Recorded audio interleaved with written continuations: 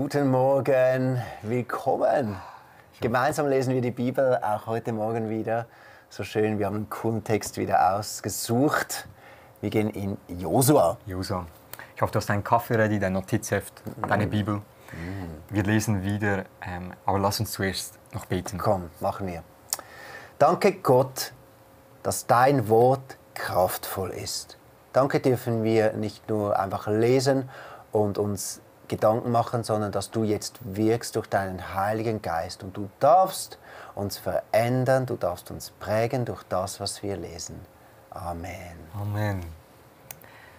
Heute haben wir das Thema, warum du mutig und stark sein kannst. Und wir wollen uns das Leben oder eine Stelle anschauen von Josuas Leben.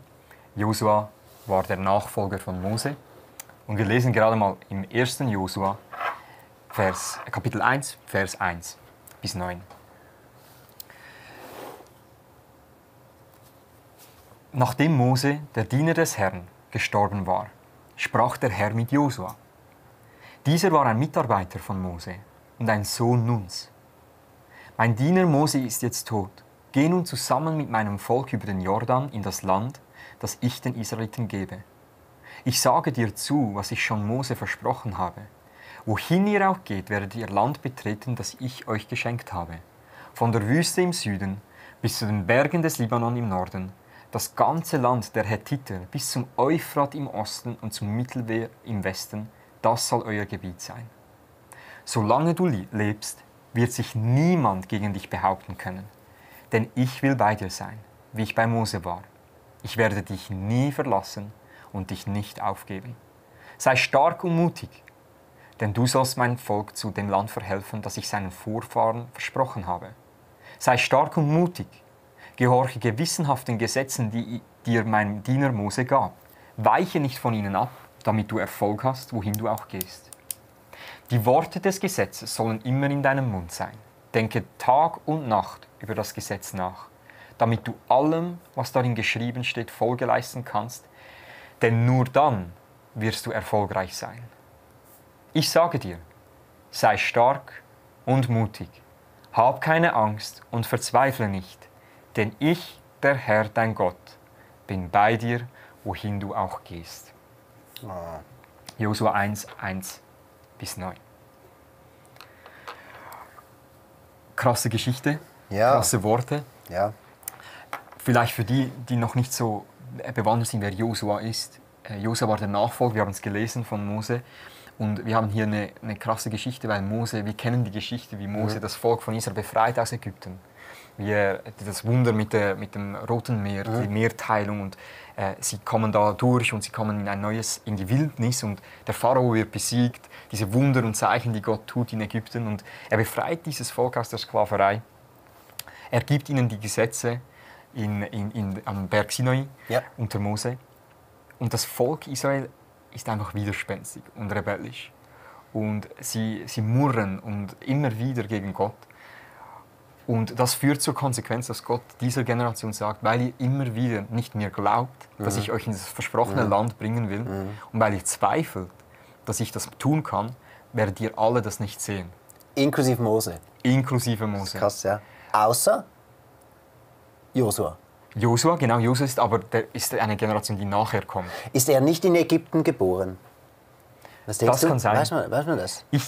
Ich denke, er ist in der Wildnis geboren. In der Wildnis geboren wahrscheinlich. Denke ich. Ja. Und dann müssen sie ja 40 Jahre müssen sie in dieser Wildnis bleiben, bis alle diese Generation gestorben sind. Ja. Und wo Mose stirbt, heißt es ja, ist ja ultra schön, Gott beerdigt Mose selbst. Ah, krass. Und dann kommt Josua, und Josua muss jetzt dieses Volk, dieses widerspenstige, rebellische Volk übernehmen, und er muss sie durch den Jordan in das versprochene Land führen, das nicht leer ist, das sind bereits andere Nationen, da leben andere Menschen, und sie müssen das Land übernehmen. Und das ist die Situation, die wir hier haben. Gott spricht zu ihm, er nennt ihn zu einem Leader, zum Nachfolger von Mose. Also ultra krass. Also Josua ist ja schon ein paar Mal auch bei Mose. Für mich fallen so drei Dinge auf, wo Josua auffiel. Positiv eigentlich. Josua hat vorher, wenn es mir recht ist, schon den Mose unterstützt. Also war schon als im Kampf Mose auf dem Berg war und gebetet hat, hat Josua und Aaron haben ihm die Arme gestützt. Oder Josua steht auch, was mir auch auffiel, Josua war ein Mann, der die Gegenwart Gottes liebte, wo es auch heißt, dass er in der Gegenwart Gottes oft war und einfach da blieb in der Stiftshütte. Und natürlich Josua war einer der Kundschafter. Josua und Kaleb waren die Kundschafter, die das verheißene Land anschauen durften und die mit Glauben zurückkamen und sagen, wir müssen hin. Ja, er schickte ja 12 und 2 davon, Kaleb und Josua, waren die sagten, nein, wir können es tun. Das ist wir können es einnehmen. Ja. Wir können es einnehmen. Wir haben Glauben, aber 10 davon waren, nein, wir können es nicht. Diese Menschen sind riesig, wir haben keine Chance. Und das ganze Volk wurde völlig verängstigt, außer Josua und Kaleb. Die vertrauten darauf, dass Gott das, was er ihnen versprochen hat, auch in Existenz bringen kann, sozusagen. Das ist krass. So eine ermutigende Geschichte irgendwie auch, dieser Mann Josua, einfach durch seine Art, hey, ich halte an dem fest, was Gott sagt, in den schwierigsten Umständen. Weil es war ja, oder vom Menschlichen her war es immer noch logisch, ja, logisch geht das nicht. Logisch könnt ihr das Land nicht einnehmen. Das sind Völker, die haben befestigte Städte, die sind ready für den Krieg, die sind erprobt und sie sind auch, die machen euch platt. Und das ist menschlich. Aber in allem dem drin war Josua die Person, ich halte fest an dem, was Gott gesagt hat. Und dann kommt diese Einsetzung von Gott höchstpersönlich. Ja, ist krass. Krasse Geschichte. Man muss sich auch mal in diese Situation versetzen. Also, das ist ein riesiges Volk. Riesig. Das sind hunderttausende Leute. Und Josua muss jetzt diese Leitung übernehmen. Ich weiß nicht, wie dir zumute wäre oder dir zu Hause, wenn du denkst, da plötzlich bist du in der Wildnis, in der Wüste und hunderttausende Menschen sind abhängig von deinen Entscheidungen. Das ist krass. Ja. Wie würde es dir dabei gehen? Ja.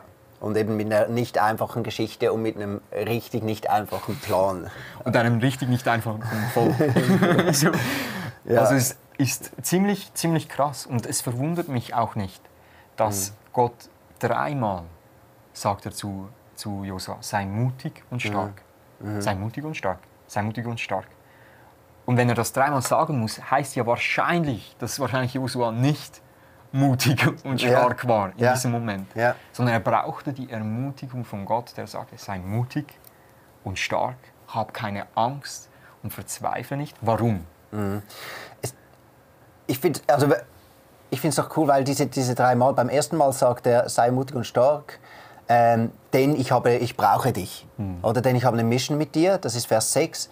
Und nachher Vers 7 kommt nachher, sei mutig und stark und weiche nicht von den Geboten ab. Und das finde ich auch noch cool, oder? Das ist das Erste, weil ich habe eine Mission. Darum sei mutig und stark. Sei mutig und stark. Und das ist irgendwie wie ganz praktisch, indem dass du halte daran fest, was ich gesagt habe. Und dann das Dritte, sei mutig und stark, weil ich bin immer noch bei dir. Ja. Das ist schon geil, dieser Mix, diese absolut. 3. Sei mutig und stark, weil ich brauche dich. Sei mutig und stark, indem dass du festhältst an dem, was ich gesagt habe. Sei mutig und stark, ich bin mit dir, vergiss es nicht. Und das ist auch ein wiederkehrendes Thema, immer wieder in der Bibel, das sagt er ein paar Mal, denn ich will bei dir sein. Denn ich will bei dir sein. Ich werde dich nicht verlassen. Ich will bei dir sein. Also sei mutig und stark, weil ich bin mit dir. Also zum Beispiel Psalm 23, einer der berühmtesten Psalmen, vielleicht kennst du den sogar auswendig. Der Herr ist mein Hirte, mir wird nichts mangeln und so weiter. Sagt er ja, auch wenn ich durchs dunkle Tal wandere, fürchte ich kein Unglück, denn du bist bei mir. Du bist bei mir. Denn du bist bei mir. Es erinnert mich auch ein bisschen an gestern, als wir darüber gesprochen haben mit der Dunkelheit und der Geist Gottes ist da. Ja, Gott ist da. Als Gott Moses beruft, hat Moses 5 Ausreden, wie soll ich das bringen? Wie soll ich die Leute aus Ägypten rausführen? Und Gott sagt immer wieder, ich will bei dir sein. Also vertraue, in anderen Worten, Josua, vertraue nicht einfach nur auf deine Fähigkeiten, sondern vertraue auf mich, der bei dir ist und dich nicht verlassen. Ich bin da. Ja. Ich bin da, gerade bei dir, in den Aufgaben, die du hast. Und das, was du auch gesagt hast, ja, mit den Gesetzen. Also das hat mich, das ist für mich herausgestochen. So, gerade das Wort Erfolg, also folge den Gesetzen. Ja, damit du Erfolg hast. Damit du Erfolg hast. Die Worte des Gesetzes sollen, und das finde ich sehr herausfordernd, die Worte des Gesetzes sollen immer, im Vers 8, immer in deinem Mund sein. Denke Tag und Nacht über das Gesetz nach, damit du allem, was darin geschrieben steht, Folge leisten kannst, denn nur dann wirst du erfolgreich sein. Also, was ich da rausnehme, ist auch, das Leadership ist ist verbunden, direkt verbunden auch mit der Fähigkeit und der Bereitschaft, auch im Wort Gottes seine Heimat zu machen. Ja, und auch danach zu leben, nicht nur es zu kennen. Ich finde es auch cool, es zu kennen, es zu sprechen und es zu leben. Ja. Also einfach diese drei Ebenen auch. Also das Gleichnis kommt mir da in den Sinn, wo Jesus sagt, hey, handel, wer nach meinen Worten handelt, auch Sie hört und tut, der ist wie ein Mann, der sein Haus eben auf Fels baut. Und das ist dann Erfolg, weil die Stürme kommen sowieso. It's gonna be rough. Also ich glaube auch, wenn Gott so krass zu Josua sagt, hey, sei stark, sei mutig, sagt er damit auch, es wird nicht so easy. Du bist berufen, es wird ein bisschen herausfordernd werden. Und logisch, dieses Land einzunehmen, durch den Jordan zu gehen, die Spannungen im Volk. Es wird nicht easy, aber sei stark und mutig. Sei stark und mutig. Vielleicht auch, können wir noch die Frage behandeln, warum gibt Gott dann diesen Leuten, oder warum wollen sie in dieses Land? Und das geht zurück ins Kapitel 12 vom ersten Buch Mose, Abraham. Wo Gott Abraham beruft und er sagt, verlass deine Heimat, verlass deine Verwandtschaft, verlass alle deiner Familie und geh in das Land, das ich dir zeigen werde, und das wird deinen Nachkommen gehören. Und dieses Versprechen wiederholt er nachher dem Sohn Isaac, er wiederholt es bei Jakob, dem Sohn von Isaac, immer wieder. Das ist das Land, das ich dir geben werde. Er sagt es zu Mose, ich werde dich in ein Land führen, das ich deinen Vorfahren, Abraham, Jakob, Isaac, schon versprochen habe. Und jetzt, wisst ihr, wenn du die Bibel liest, da kommen ja die 5 Bücher Mose, und wenn du von vorne durchliest, was manchmal ein bisschen schwierig ist, dann kommst du jetzt zu Josua und du wartest immer noch darauf, dass endlich sie in dieses versprochene Land kommen. Und jetzt in Josua ist es endlich soweit. Ja, das ist doch krass, oder? Weil oftmals, es ist oftmals so, dass Gott dem etwas sagt, etwas vorbereitet, auch geistlich etwas vorbereitet, aber die Personen, die nachher das ernten oder so, oder die Personen, die das wirklich erleben, waren andere. Das kommt mir immer wieder jetzt auch, wir beide sind ja am Sunday Night und wir erleben unglaublich, wie viele Junge jetzt auch im letzten Jahr wieder neu dazugekommen sind, wie viele junge Menschen zum Glauben an Jesus Christus finden. Und wir denken immer wieder, es ist schon krass, was wir jetzt erleben dürfen, Sonntag für Sonntag, über 1000 junge Menschen, die da sind. Und diejenigen, die das vorbereitet haben, sind unsere Väter, Großväter, die geglaubt haben und die das sich gewünscht haben, eines Tages zu sehen. Und vielleicht haben sie es nie gesehen. Und das ist schon krass. Mein Vater sagt das auch, hey, das, was du erlebst, von dem habe ich immer geträumt. Wow. Und so krass, dass es wenigstens, also er freut sich unglaublich. Aber das ist auch so ein geistiges Prinzip. Manchmal sät man nur und ist der Abraham, der Isaac, der Jakob oder in dieser Generation und wo man dann andere dürfen dann Josua sein. Ja. Ich habe noch etwas Persönliches, was mich ein bisschen challenged. Weil ich finde es auch hier, warum du mutig und stark sein kannst, ist der Titel. Ich lese hier aber schon fast ein Befehl. Ja. Sei mutig, sei stark. Und mich triggert das ein bisschen, weil ich oft ein bisschen spüre, dass wir oft ein bisschen so Predigten hören. Ich übertreibe jetzt ein bisschen, aber ja, du bist ein Armer, dass du so Angst haben musst und dein Mut hat dich verlassen. Aber Gott wird dir dann eines Tages, wird er dich wieder stark machen und wieder mutig machen. Und das stimmt, aber ich glaube auch, dass Gott dem Josua nicht hier gesagt hat, hey, ich mache dich dann schon noch stärker, zu einem starken Leader irgendwann, wenn du die Erfahrung hast und über die Jahre wirst du sehen, wie du dann irgendwann auch mutig wirst. Sondern er sagt von Anfang an, hey, stell dich hin, sei stark, sei mutig. ich glaube, es gibt auch Bibelstellen, seid stark in der Macht seiner Stärke. Also beanspruche Gottes Stärke, halt den Rücken gerade und steh auf Gottes Wort und sei stark. Ich finde das noch challenging. Ich glaube, es ist so eine Balance, wo man auch nicht übertreiben kann. Aber es fällt mir irgendwie noch auf, dass Gott hier nicht als kleinen, schwächlichen Menschen behandelt, sondern sei stark, geh in deiner ganzen Stärke, die du schon hast. Und es ist auch spannend, weil das Hebräisch funktioniert so, dass Dinge, die am wichtigsten sind, werden repetiert. Wow, ja. Also das Wichtigste an dieser Stelle ist das, was am meisten repetiert wird. So funktioniert es. Das ist ja beim Predigen auch so. Der wichtigste Punkt repetierst du immer wieder, dass er bleibt. Und das Hebräische funktioniert genau gleich. Und das ist das, was am meisten gesagt wird. Sei mutig und stark. Dieser Befehl, den du gesagt hast, sei mutig und stark. Also Josua muss sich entscheiden, mutig und stark zu sein. Ich habe einfach gemerkt, wenn ich so Pastor bin, es gibt immer Dinge, die nicht so gut laufen oder die mich herausfordern und ich kann so ein bisschen der Jämmerli sein. Das ist noch nicht so gut, oder da sollten wir noch, oder es ist halt schon sehr streng als Pastor oder so. Oder ich sage, es ist krass, was Gott tut. Gott ist mit mir und wir erleben kraftvolle Dinge. Es ist unglaublich, dass Gott sich so zeigt, auch durch das, was ich tue und so. Und da die Position einzunehmen, ich bin mutig, ich bin stark und ich nehme das an. Das braucht was. Fühlt sich am Anfang vielleicht auch komisch an, aber ich glaube, da ist ein Segen darin und das ist auch nicht Stolz. Nein. Das ist nicht Stolz, denn im Gegenteil, es ist eine Demut darin zu sagen, ja, ich bin stark, ja, ich bin mutig, weil Gott mit mir ist. Ich möchte noch eine letzte Bemerkung machen und eine Verbindung zum Neuen Testament herstellen. Ja. Und zwar Joshua, der Name Josua, kommt vom gleichen Hintergrund wie der Name von Jesus. Jeshua. Und was Jeshua heißt, ist Gott rettet. Gott rettet. Und wir sehen eigentlich, dass Jesus hat einen sehr ähnlichen Namen wie Joshua, die haben die gleiche Bedeutung. Und so wie Josua im Alten Testament das Volk Israel ins versprochene Land führt, sehen wir im Neuen Testament, das ist das Bild für das neutestamentliche Ereignis von Jesus, der jeden, der an ihn glaubt und ihm nachfolgt, führt er ins versprochene Land. Wow, ja. Also das ist der neutestamentliche Bezug. Und Come on. ich denke, wir müssen das immer im Kopf haben. Jesus sagt immer wieder im Neuen Testament, alles im Alten Testament geht um mich. Ja. Und das ist krass, oder? Wir denken so, wo Jesus? Der kommt ja Jesus, ne? Aber alles geht um mich. Und wir sehen hier ein Bild von Josua, der das Gleiche macht mit dem Volk Israel, wie Jesus mit denen, die an ihn glauben, ins neue Leben führen. So schön. Amen.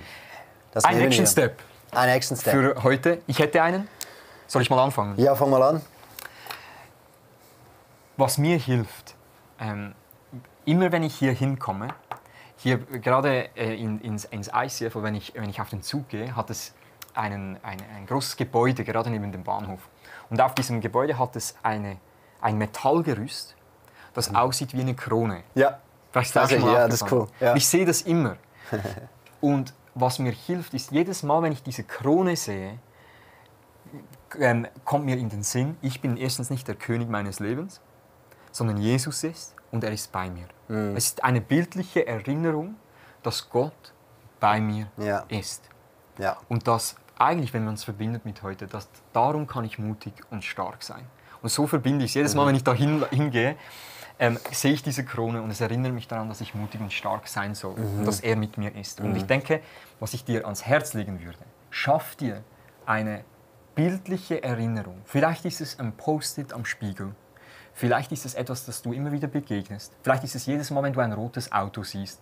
Vielleicht ist es, wenn du ein gewisser Vogel siehst vorbeifliegen, dass du das verknüpfst mit dem Bewusstsein, Gott ist mit mir. Ja. Er ist mit mir. Ja. Er ist da. Also schaff dir eine bildliche Erinnerung im Alltag. Ja. Mega cool. Ich habe das auch einmal eine Prophetie gekriegt, auch von jemandem. Immer wenn du die Sterne siehst, dann weißt du, dann wirst du sehen, ich bin mit dir, dann wird sich Gott zeigen. Und das stimmt wirklich, es ist so für mich, wenn ich in den Himmel schaue und immer ich sehe die Sterne, Gott ist mit mir, Gott ist mit mir. Das ist cool. Ja. Nimm das mit. Und dann nehmen wir das heute gemeinsam. Komm, wir beten noch und wir nehmen das heute mal, das ist unser Experiment, weil das im Wort steht, wir nehmen das einfach mal an. Und heute gehen wir als starke, mutige Kinder Gottes in den Tag. Magst du das annehmen mit mir? Komm, wir beten beide. Jesus, ich danke dir für deine Offenbarung in deinem Wort. Ich danke dir für deine Herausforderung, dieser Befehl, sei stark und mutig.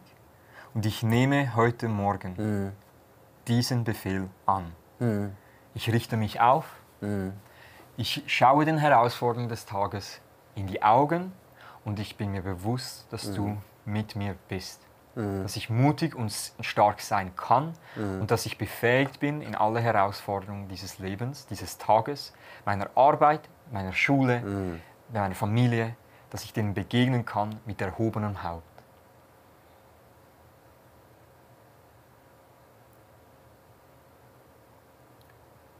Amen. Amen.